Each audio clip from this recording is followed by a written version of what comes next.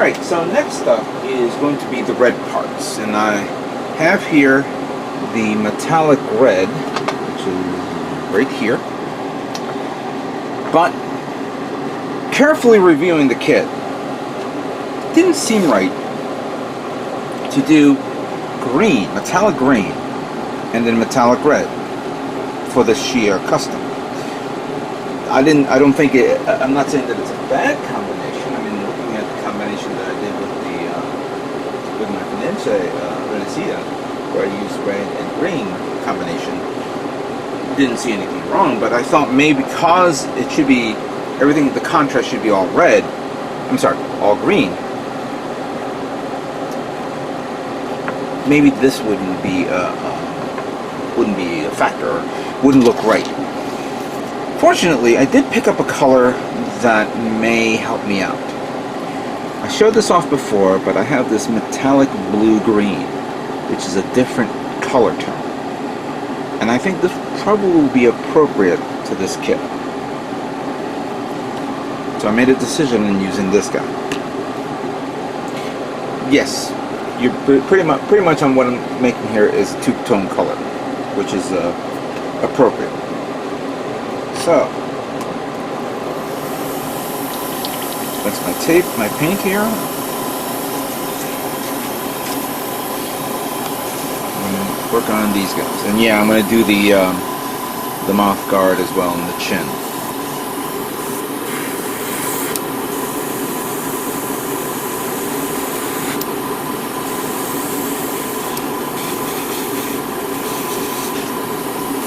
Sorry, not mouth guard, the chest part. One of the chest parts. And then these are the feet.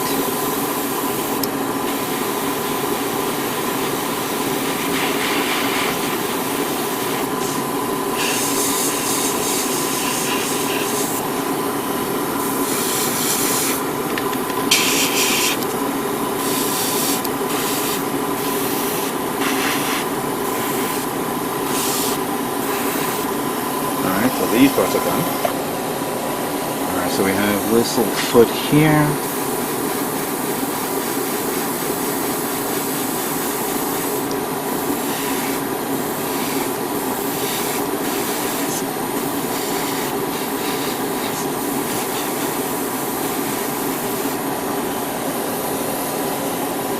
Just giving it one pass, and then I'm going to let it dry and then give it a second pass.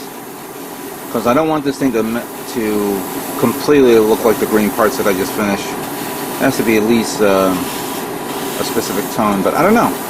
I don't know how it's going to come out. This is my first time using this paint. We'll definitely review it once we're done. So let me continue with the remaining parts. I'm not going to show you me painting the yellow because there's only 4 parts there. So I'll get that taken care of in a moment. Then I got to begin with the inner frame, get that done, and then we'll do a review of all the parts soon enough. So give me some time here to work on this.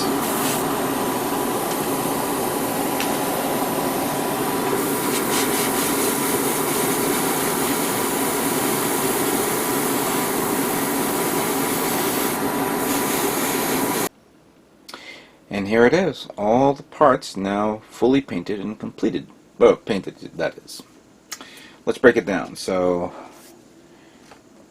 the metallic green, I used number 77 metallic green. I used number 57 metallic blue-green.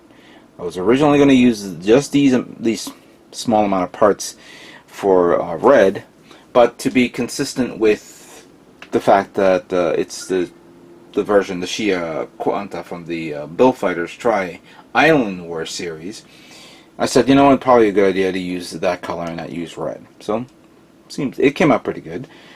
For the yellow, I used I used yellow FS number 329. That goes there.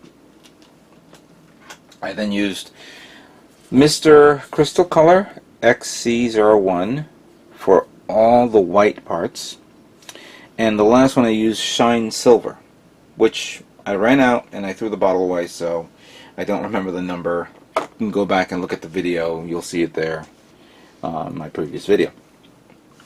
And then, of course, for the inner frame of the double QanT, I use number UG05, also known as UNT MS Gray Metallic, from the Mr. Color Gundam Color Set. What do you think of that? Pretty good. Pretty good. There's a distinction between these two. You think they're the same, but you can actually see that this one's a little stronger and this one's more subtle. My experience with this guy, of course, is, and maybe I painted it over a primed color, which is gray, which has that tone. And somebody asked me why didn't I just do a test on a spoon, and I think I'll do that, not now, later, you know, down the road. I'll probably do another testing of what I did with the Elcott 2, testing some metallic colors or specific colors using spoons. So I may do that later on, but for now I can see that if it was a darker, like if you use maybe white, like a bright white or just regular white, the pearl, the diamond color, silver, probably will show off more. If you do a darker tone, that would have been an interesting look to it as well. So I will test that out in the future. For this one, this came out is a little stronger and more refined. I do like it. It's very shiny, almost chromish like, but too bad I ran out of it.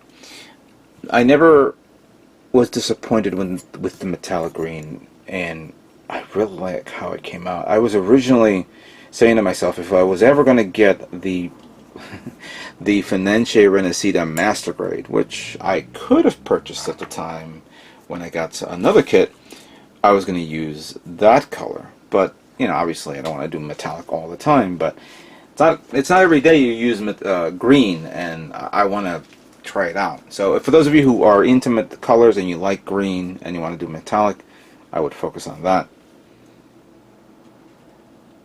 The metallic blue-green part looks very nice, and I could see somebody told me that, you know, I could have easily used two-tone green. This could have been a two-tone green as well, but I think it would have been, it's appropriate to replace the metallic red using this. Yellow came out okay, and of course using the metallic gray on this, and all the smaller parts, which had a tough time, you know, painting, but it came out alright. There's a lot of small parts here, so you gotta be very careful. Very careful. And I'm stressing very careful because even though I am done and I am ready now to move on to the next stage, and that is, of course, assembly of the QanT Shia Custom, there is a problem. What is the one thing we modelers, whether you're a Gundam modeler or a ship modeler or a car modeler or any modeler out there, hates when this happens? What is the one thing that we dread happening when we build a kit? We lose a part. I lost a part on this. What I lost was the other part of this. This is one of the armor parts for the torso. I tore apart my room left and right, up and down, pulled out all my cabinets, emptied out all my cabinets thinking that it fell in here, cleaned up the top part of my desk, cleaned up my computer desk, cleaned up everything under the table, under the computer, under my bed. Hell, I even listened to Prime 92's comment of looking under my butt. I lost a part. I was like, what the fuck is this? I've been doing this for years and I haven't lost the, well, I've lost a few parts here and there, but I've been, you know, diligent of me not losing parts. And even though this is a not a small part, it is significant. And I could have swore I had everything categorized and all that stuff. I lost it. This pisses me off. Really, it does. So much so that I know once I'm done building this, and I'm going to have to finish this so you guys can see it, but once I'm done, I bet you down the road, in a few months from now, I'll find this stupid part in the most least likely place it would be. And say, how the fuck did it get there? How the fuck did I lose a part already? I guess my year is not complete without me losing a part. So, share me your experiences of you losing parts on your Gundam builds as well.